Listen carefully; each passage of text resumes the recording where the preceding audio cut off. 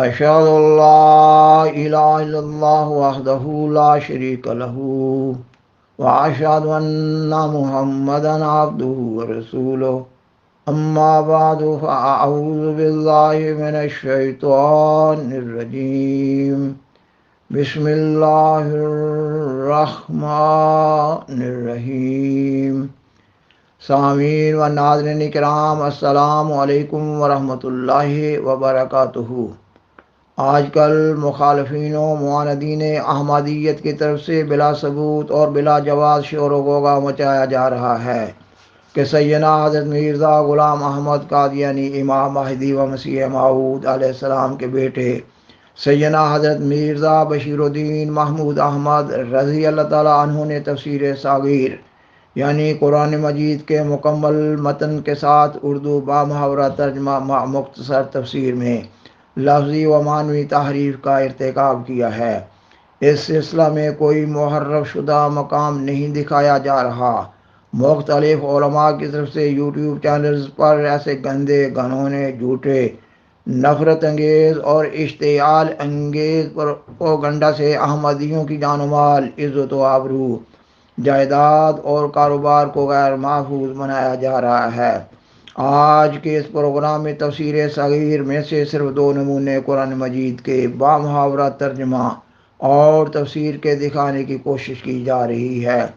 مخالفین و معاندین احمدیت کے اس جھوٹے پروپیگنڈا کی بنیاد تو صرف یہ ہے کہ یہ لوگ محض ہٹ درمی سے مخالفت برائے مخالفت کے طور پر اور محض بھیڑ چال کے طور پر سچے امام مہدی و مسیح موعود کی تکذیب کر رہے ہیں۔ اس تکذیب کے وبال ان لوگوں کو آ گھیرا ہے اور یہ لوگ احمدیت مخالفت میں اپنے نئے نئے عقائد ایجاد کر رہے ہیں اور اپنی طرف سے احمدیوں کا بھی ایک نیا دین بنا رہے ہیں، اور احمدیوں کو مجبور کیا جا رہا ہے کہ احمدی لوگ ان کے بنائے ہوئے دین کو اپنا دین سمجھنے لگ جائے۔ ان کی عقل پر ماتم ہے۔ سیدنا حضرت مرزا غلام احمد قادیانی امام مہدی و مسیح موعود علیہ السلام کا دعویٰ ہے کہ اللہ تعالیٰ نے آپ علیہ السلام کو خود قرآن مجید سکھایا ہے۔ آپ علیہ السلام فرماتے ہیں کہ سیدنا حضرت محمد رسول اللہ خاتم الانبیاء صلی اللہ علیہ وسلم ہی روحانی علوم میں میرے استاد ہیں۔ آپ علیہ السلام اپنی کتاب ضرورت الامام روحانی خزائن جلد 13 صفحہ 496 پر فرماتے ہیں، میں قرآن شریف کے معجزہ کے ذیل پر عربی بلاغت فصاحت کا نشان دیا گیا ہوں، کوئی نہیں جو اس کا مقابلہ کر سکے۔ میں قرآن شریف کے حقائق معارف بیان کرنے کا نشان دیا گیا ہوں، کوئی نہیں جو اس کا مقابلہ کر سکے۔ خاکسار اخبار الفضل 1 فروری 1944 کے حوالہ سے بیان کرتا ہے کہ آپ علیہ السلام کے بیٹے حضرت مرزا بشیر الدین محمود احمد رضی اللہ تعالیٰ عنہ فرماتے ہیں، میں وہ ہوں جسے علوم اسلام اور علوم عربی اور اس کی زبان کا فلسفہ ماں کی گود میں اس کی دونوں چھاتیوں سے دودھ کے ساتھ پلائے گئے۔ سامعین و ناظرین کرام، حضرت مرزا بشیر الدین محمود احمد رضی اللہ تعالیٰ عنہ کا تفسیر صغیر کا بامحاورہ ترجمہ قرآن مجید، حدیث، عربی لغت، محاورہ عرب، قواعد نظم و نثر کے عین مطابق ہے۔ آپ بامحاورہ ترجمہ کرتے ہوئے ترجمہ کی وضاحت کے لیے دیے گئے زائد الفاظ کو برعکس میں پیش کر رہے ہیں اور مختصر تفسیر کو حاشیہ میں درج کر رہے ہیں۔ مثلاً اللہ تعالیٰ قرآن مجید کی سورہ یوسف کی آیت 25 میں ایک عورت کے حضرت یوسف علیہ السلام کو بہکانے کے ذکر میں بیان فرماتا ہے، وَلَقَدْ هَمَّتْ بِهِ وَهَمَّ بِهَا۔ خاکسار اس مضمون کے تقدس کو ملحوظ خاطر رکھتے ہوئے بیان کرتا ہے کہ عام طور پر اس کا ترجمہ اور مفہوم یہ بیان کیا جاتا ہے کہ اس عورت نے بدی کا پختہ ارادہ کر لیا، اور نعوذ باللہ حضرت یوسف علیہ السلام نے بھی ایسا کرنے کا پختہ ارادہ کر لیا، مگر حضرت مرزا بشیر الدین محمود احمد رضی اللہ تعالیٰ عنہ تفسیر صغیر کے بامحاورہ ترجمہ میں بیان فرماتے ہیں، اور اس یعنی عورت نے اس کے متعلق اپنا ارادہ پختہ کر لیا، اور اس یعنی یوسف نے بھی اس کے متعلق اپنا ارادہ یعنی اس سے محفوظ رہنے کا پختہ کر لیا۔ آپ نے سورہ یوسف کی اس آیت سے پچھلی آیت یعنی آیت 24 سے اپنی اس ترجمہ و تفسیر کو تقویت دی ہے۔ آیت 24 میں ذکر ہے کہ جب اس عورت نے دعوت گناہ دی تو حضرت یوسف علیہ السلام نے بے ساختہ کہا، میں ایسا کرنے سے اللہ کی پناہ چاہتا ہوں، وہ یقیناً میرا رب ہے، اس نے ہی میری رہائش کی جگہ اچھی بنائی ہے۔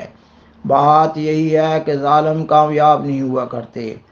خاکسار نے تفسیر صغیر سے آپ کے ترجمہ اور تفسیر کا ایک نمونہ دکھایا۔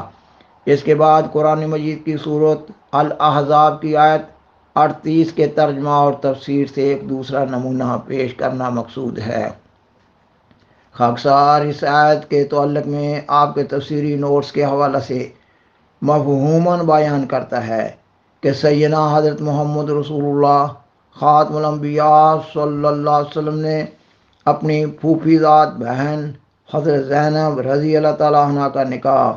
اپنے آزاد کردہ غلام اور منہ بولے بیٹے حضرت زید رضی اللہ تعالیٰ عنہ سے کر دیا تھا، مگر طبائع کے اختلاف کی وجہ سے اس رشتہ میں دراڑ پیدا ہوتی چلی جا رہی تھی، اور حضرت زید رضی اللہ تعالیٰ عنہ حضرت زینب رضی اللہ تعالیٰ عنہا کو طلاق دینا چاہتے تھے،